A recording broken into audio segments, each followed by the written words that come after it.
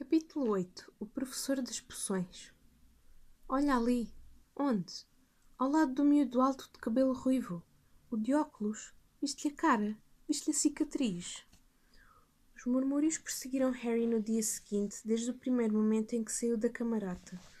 As pessoas faziam fila fora das salas de aula, em bicos dos pés, para conseguirem vê-lo bem, ou andavam para cima e para baixo para passarem mais uma vez por ele e poderem olhar melhor.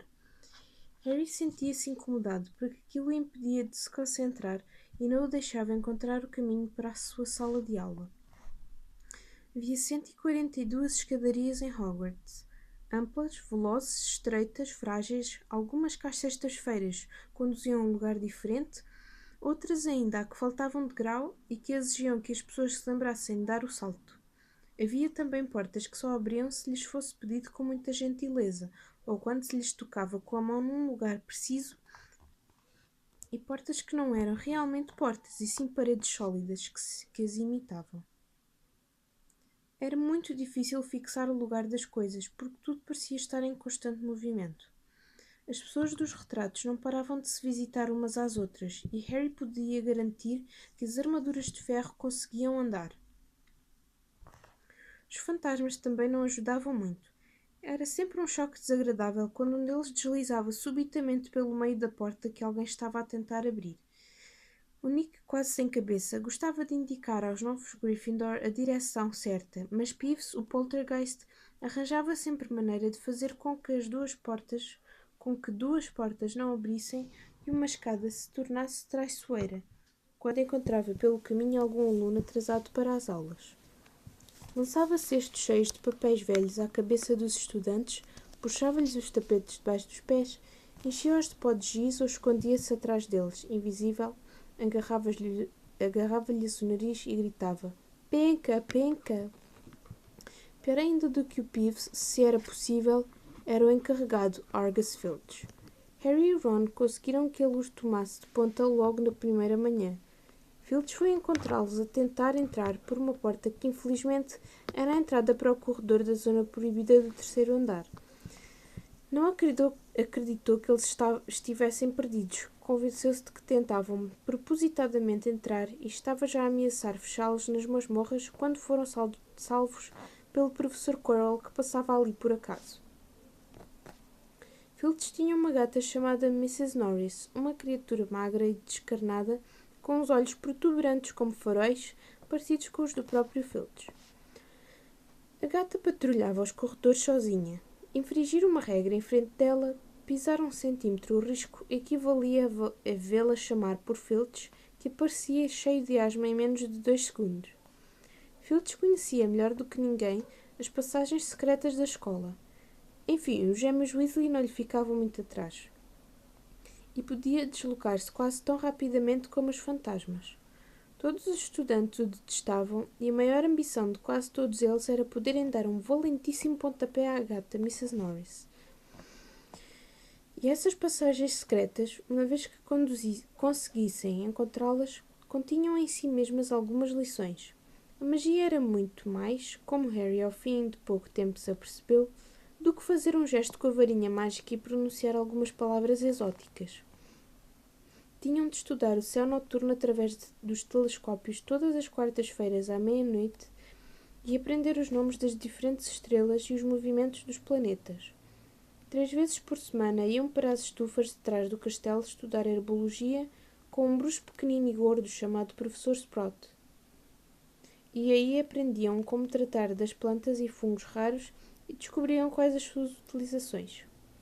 A mais aborrecida de todas as matérias era, sem dúvida, a história da magia, a única cujo professor era um fantasma. O professor Binns era já muito velho, quando uma noite adormeceu em frente da lareira da sala comum. Na manhã seguinte, levantou-se como de costume e foi dar aulas. Só o corpo é que tinha ficado para trás. Binns discursava sem parar enquanto eles apontavam nomes e datas, misturando Emerick, o cruel, e Ulrich, o incomparável crânio. O professor Flitwick, que ensinava os encantamentos, era um feiticeiro pequenino que tinha de subir para uma pilha de livros de modo a conseguir espreitar por cima da secretária. No princípio da sua primeira lição, pegou no livro de ponto e, quando chegou ao nome de Harry, ficou tão perturbado que se desequilibrou, deu um guincho e os alunos deixaram de o ver. Bem diferente era a professora McGonagall. Harry estava certíssimo quando detectou que ela não era pessoa para aceitar ser desobedecida. Severa e inteligente, fez-lhes um discurso logo que eles se sentaram na primeira lição. A transfiguração é uma das formas de magia mais complexas e perigosas que vocês vão aprender em Hogwarts, disse. Quem criar confusões nas minhas aulas é posto fora e não entra mais. Estão avisados. Em seguida, transformou a secretária num porco e depois de novo em secretária. Estavam todos entusiasmadíssimos e ansiosos por começar, mas rapidamente se aperceberam de que não iam transformar a mobília em animais senão muito tempo mais tarde. Após tirarem alguns apontamentos bastante complexos, cada um recebeu um fósforo e começou a tentar transformá-lo numa agulha. No final da aula, só Hermione Granger tinha mudado alguma coisa no aspecto do fósforo.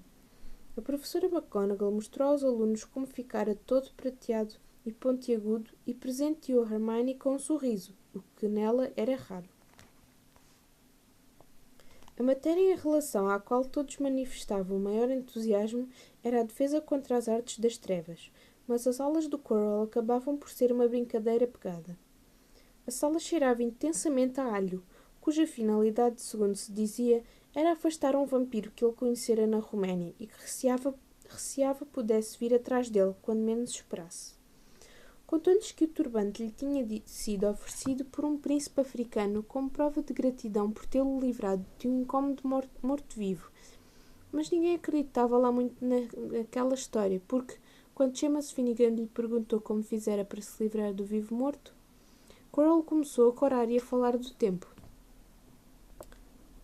Além disso, havia um cheiro esquisito em volta do turbante, e os gêmeos Weasley insistiam que devia estar igualmente cheio de alho, para que o professor se sentisse protegido para qualquer lugar que fosse. Harry ficou bastante aliviado ao descobrir que não estava tão atrasado em relação aos outros como receara.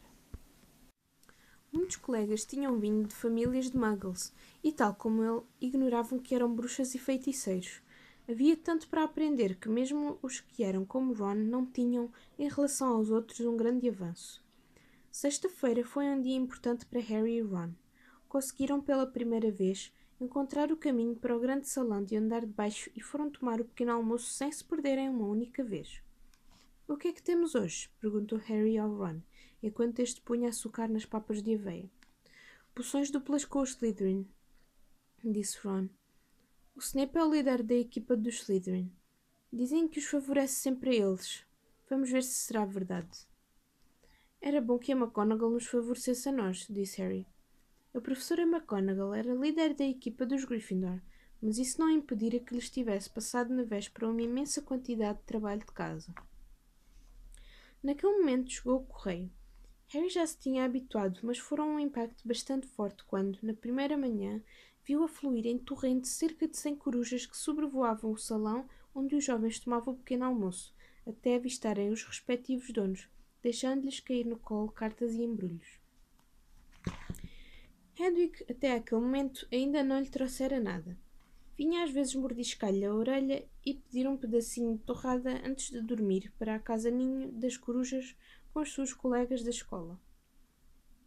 Contudo, naquela manhã, esvoaçou entre o doce de laranja e o açucareiro e deixou-lhe cair um bilhete no prato que ele abriu imediatamente. "Querido Harry", dizia nos gatafunhos bastante desordenados, "sei que tens as tardes de sexta-feira livres. Não queres vir tomar um chá comigo por volta das 3 horas? Gostaria de saber tudo sobre a tua primeira semana. Manda-nos uma resposta pela Hedwig. Hagrid." Harry pediu a pena emprestada ao Ron, escrevinhou nas costas do bilhete: "Sim, por favor, até então", e enviou Hedwig de volta. Foi uma sorte ele ter se encontrado com Hagrid para tomar chá, porque a aula das poções fora a pior coisa que lhe tinha acontecido desde que chegara a Hogwarts. No início do banquete, Harry tinha ficado com a impressão de que o professor Snape não gostava dele. No fim da primeira aula de poções, Harry percebeu que se tinha enganado. Snape não se antipatizava com ele, odiava-o, pura e simplesmente. As aulas de poções eram dadas lá embaixo, num dos calabouços. O frio ali era mais intenso do que no resto do castelo, e seria já suficientemente sinistro sem os animais embriagados flutuando em frascos de vidro ao longo das paredes. Snape, tal como Flitwick, começou a aula pegando no livro de ponto e, tal como Flitwick, parou no nome de Harry. Ah, sim, disse com toda a calma. Harry Potter, a nossa nova celebridade. Draco Malfoy e os amigos Crabbe e Goyle riam-se com a mão à frente da boca. Snape acabou de chamar os alunos pelos nomes e olhou para a classe. Tinham os olhos pretos como os de Hagrid, mas faltava-lhes o calor humano. Eram vazios e gelados, lembravam a escuridão dos túneis. Vocês estão aqui para aprender a ciência subtil e a arte exata da criação de poções. Começou. Falava quase num murmúrio, mas era possível captar cada palavra. Tal como a professora McGonagall, Snape tinha o dom de manter toda a turma calada sem o menor esforço. Como vão ver, muito pouco das palermices de agitar... Como vão ver muito pouco das palermices de agitar varinhas no ar, muitos de vós terão dificuldade em compreender que isto é magia. Não espero que se apercebam em toda a sua totalidade da beleza do caldeirão que ferve suavemente em fogo lento, com as suas emanações difusas, do poder delicado dos líquidos que trepam vagarosamente pelas veias humanas, enfeitiçando o espírito, iludindo os sentidos. Posso ensinar-vos como agarrar a fama, preparar a glória e pôr uma rolha à morte. Se vocês não forem um grupo de broncos como os que habitualmente tenho por alunos. A este discurso seguiu-se um silêncio ainda maior. Harry e Ron trocaram olhares entre si, de sobrolho franzido. Hermione Granger estava na borda da cadeira, ansiosa por mostrar que não era nenhuma idiota. Potter, disse Snape subitamente, o que é que eu conseguiria se acrescentasse raiz triturada de esfódilo a uma infusão de absinto? Raiz triturada de quê? A uma infusão de quê? Harry olhou para Ron, que estava tão pasmado quanto ele. A mão de Hermione ergueu-se no ar. Não sei, professor, disse Harry. Os lábios de Snape ganharam uma expressão de desdém. Pois. A fama, obviamente, não é tudo na vida. Ignorou a mão levantada de Hermione. Tentemos mais uma vez. Potter, onde procurarias se eu te mandasse arranjar-me uma bezoar? Hermione esticou a mão o máximo que lhe foi possível, sem ter de se levantar da cadeira. Mas Harry não tinha a menor ideia do que seria um bezoar. Tentou não olhar para Malfoy, Crabbe e Goyle, que riam perdidamente. Não sei, professor. Bem me parecia que não ias abrir um livro antes de começarem as aulas. Não foi, Potter? Harry fez um esforço para aguentar aquele olhar frio. Ele tinha aberto os livros, sim, em casa dos Dursleys. Mas será que o Snape esperava que ele se lembrasse de todos os nomes contidos no livro 1 milhar de ervas e fungos fantásticos? Snape continuava a ignorar a mão palpitante de Hermione. Qual é a diferença, Potter, entre Monkshood e acónito? Nesse momento, Hermione pôs-se de pé, a mão esticada para o teto da masmorra. Não sei, disse Harry calmamente. Mas penso que a Hermione sabe. Por que não lhe pergunta? Alguns colegas riram-se. Harry captou a expressão de Seamus, que estava franzida, mas Snape não se mostrava satisfeito. Sente-se, gritou Hermione. Para sua informação, Potter, esfódilo e absinto produzem uma poção soporífera de tal modo poderosa que é conhecida como o golo dos mortos-vivos. Bezoar é uma pedra que se retira do estômago de uma cabra e que salva as pessoas de muitos venenos. Quanto a Monkshood, é outro nome para dizer acónito. São a mesma planta. Então, não está sequer a tirar apontamentos? Houve um movimento na sala, com todos à procura de penas e pergaminhos. Numa voz firme que se sobrepunha ao ruído de fundo, Snape disse: E os Gryffindor têm um ponto negativo por tua causa, Potter. As coisas não melhoraram para os Gryffindor com a continuação das aulas de poções mágicas. Snape organizou-os em equipas de 2 e pô-los a fazer uma poção simples para curar os furúnculos. Andava em volta deles com o seu ar majestoso e a sua longa capa preta, vendo-os pesar urtigas secas e triturar dentes de serpente, sendo críticas a quase todos, com exceção de Malfoy, com quem parecia simpatizar. Estava justamente a chamar a atenção da turma para o modo impecável como o Malfoy tinha estufado os cornos de lesma, quando nuvens e nuvens de fumo ácido e um sibilar intenso encheram a masmorra. Não se sabe como, o Neville tinha conseguido derreter o caldeirão de Seamus, transformando-o numa mancha retorcida, enquanto a poção se espalhava pelo soalho de pedra, fazendo buracos nos sapatos de toda a gente. Em poucos segundos, a turma inteira tinha subido para cima dos bancos, enquanto Neville, que ficara ensopado pela poção quando o caldeirão se desfez, gemia cheio de dores à medida que umas bolhas vermelhas e ameaçadoras se espalhavam ao longo dos braços e das pernas. Seu miúdo idiota, praguejou Snape, limpando a poção com um golpe de varinha mágica. Misturaste com certeza os espinhos de porco-espinho antes de retirar o caldeirão do lume. Neville choramingou enquanto as bolhas começavam a cobrir-lhe o nariz. Levem-no para a ala hospitalar, disse Snape, encolerizado ao Seamus. Em seguida foi vigiar Harry e Ron, que tinham estado a trabalhar ao lado do Neville. E tu, Potter, por que é que não o avisaste para não pôr os espinhos? Achaste que sobressaías se ele fizesse uma asneira da grossa, não foi? Acabas de perder outro ponto para os Gryffindor. Aquilo era tão injusto que Harry abriu a boca para argumentar, mas Ron deu-lhe um valente pontapé por detrás do caldeirão. Não piores as coisas, murmurou. Ouvi dizer que o Snape é mesmo muito mauzinho. Uma hora mais tarde, quando subiam as escadas para abandonar o calabouço, a mente de Harry andava a 1000 a hora e o seu ânimo andava de rastos. Tinha feito perder 2 pontos aos Gryffindor logo na primeira semana. Por que motivo o Snape não lhe teria tamanho ódio? Anima-te, pá, disse-lhe Ron. O Snape está sempre a tirar pontos ao Fred e ao George. Posso ir contigo conhecer o Hagrid? Às 5 para as 3 saíram do castelo através das caves. Hagrid vivia numa pequena casa de madeira na orla da Floresta Proibida. Do lado de fora da porta principal estavam uma arma e um par de galochas. Quando Harry bateu à porta, ouviu-se um esgravatar inquieto e fortíssimo ladrar de um animal. Em seguida, a voz de Hagrid ressoou dizendo: "Para aqui, Fang!" Dente de vibra. "Para trás!" O grande rosto barbudo do gigante surgiu num segundo, mal este abriu a porta. "Quieto!" voltou a dizer. "Para trás, Fang!" Convidou-os a entrar, debatendo-se para segurar a coleira de um enorme cão de caça.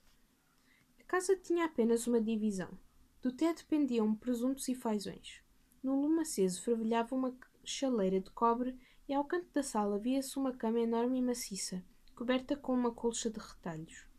"Estejam à vontade", disse Hagrid, largando Fang, que foi direito ao Ron e começou a lamber-lhe as orelhas. Tal como o dono, Fang não era tão feroz quanto parecia. "Este é o Ron", disse o Harry ao Hagrid, que estava a deitar água a ferver num grande bule e a colocar bolos duros num prato. "Outro Weasley, hein?" disse Hagrid, olhando para as sardas do Ron. "Eu tenho passado metade da minha vida a correr com os teus irmãos gêmeos da Floresta Proibida." Os bolos duros quase lhe partiram os dentes, mas Harry e Ron fingiram gostar muito enquanto iam contando a Hagrid tudo sobre as primeiras aulas. Fang apoiou a cabeça nos joelhos de Harry e babou-lhe a capa toda. Os dois adoraram ouvir Hagrid chamar ao encarregado Filch aquele velho imbecil. "E a gata, Mrs. Norris, um dia destes ainda lhe apresento o Fang. Sabem que ela, todas as manhãs, quando me levanto para ir para a escola, começa logo a andar atrás de mim. Ele manda a seguir-me o dia todo." Harry contou a Hagrid o que sucedera na aula de Snape. Hagrid, tal como Ron, disse-lhe que não se preocupasse, que Snape dificilmente gostava de algum aluno. "Mas ele parecia mesmo detestar-me." "Tolice", disse Hagrid. "Porquê?" Mas Harry não conseguia deixar de pensar que Hagrid afastara os olhos ao dizer aquela afirmação. "Como vai o teu irmão Charlie?" perguntou Hagrid ao Ron. "Eu gostava muito dele. Era sensacional com os animais." Harry questionou-se se ele teria mudado de assunto estrategicamente. Enquanto Ron contava tudo sobre o trabalho de Charlie com os dragões, Harry pegou num pedaço de papel que estava sobre a mesa, debaixo do abafador de chá. Era um recorte do Profeta Diário. Recente assalto a Gringotts. Continuam as investigações sobre o assalto a Gringotts em 31 de julho, que se acredita ser da autoria de feiticeiros ou bruxas ligadas às trevas e cuja identidade ainda se desconhece. Os doentes de Gringotts insistiram hoje em que nada foi retirado. O cofre que foi rebuscado pelos assaltantes tinha sido esvaziado nesse mesmo dia. Mas não vamos dizer-vos o que ele continha, portanto, se não querem problemas, deixem as coisas ficar como estão, afirmou um dos porta-vozes de Gringotts. Harry lembrava-se de Ron ter contado que alguém tentara assaltar Gringotts, mas não tinha mencionado a data. Hagrid, disse Harry, o assalto a Gringotts ocorreu no dia do meu aniversário. Pode ter-se dado enquanto nós lá estávamos. Não havia dúvidas. Desta vez Hagrid evitou mesmo os olhos dele. Ofereceu-lhe outro bolo duro. Enquanto isso, Harry voltou a ler a notícia. O cofre que foi rebuscado tinha de facto sido esvaziado nesse mesmo dia. Hagrid tinha esvaziado o cofre 713, se é que podia chamar-se esvaziar, a retirar de lá de dentro aquele pacotezinho nojento. Seria aquilo que os ladrões procuravam?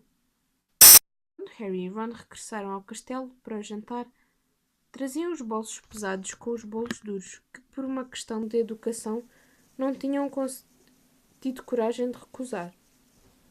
Para Harry, nenhuma das aulas que tivera até então lhe dera tanto que pensar como aquele lanche com Hagrid. Teria ele ido buscar o pacote mesmo na hora certa? Onde estaria agora? E saberia Hagrid alguma coisa sobre o Snape que não lhes quisera dizer?